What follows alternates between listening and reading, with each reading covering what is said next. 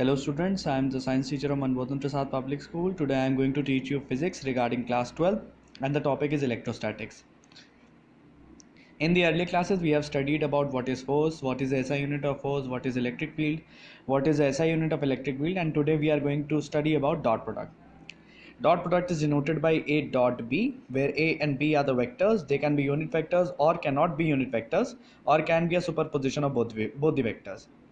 The formula for A dot B is mod A mod B cos theta, where mod is represented by this formula and cos theta is the angle between A and B. Now suppose that we have taken the A vector to be I cap plus j cap plus k cap, where I is the unit vector along x axis, j is the unit vector along y axis, and k is the unit vector along z axis.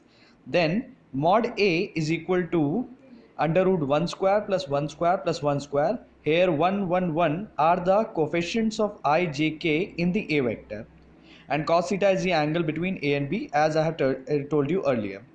So now let's come to the cross product, where cross product is denoted by A cross B, and the formula for the cross product is A cross B is equal to mod A mod B sin theta, where sin theta is the angle between A and B, and the same that A and B vectors, they can be either superposition of the unit vectors or unit vectors.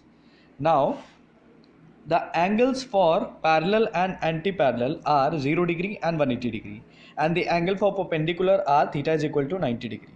Now the rules for the dot products are I dot I is equal to 1, where I is the unit vector along x axis, j dot j is equal to 1, where j is the unit vector along y axis, and k dot k is equal to 1, where k is the unit vector along z axis.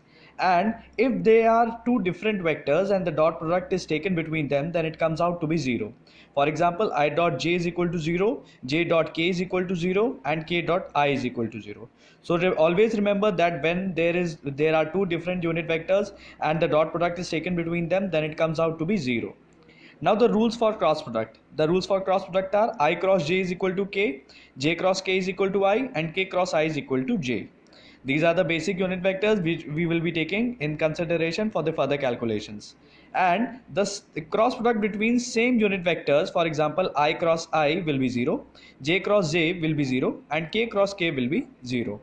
And this cross product and vector product will be used in the further formulas which we'll be discussing in the next video. Thank you.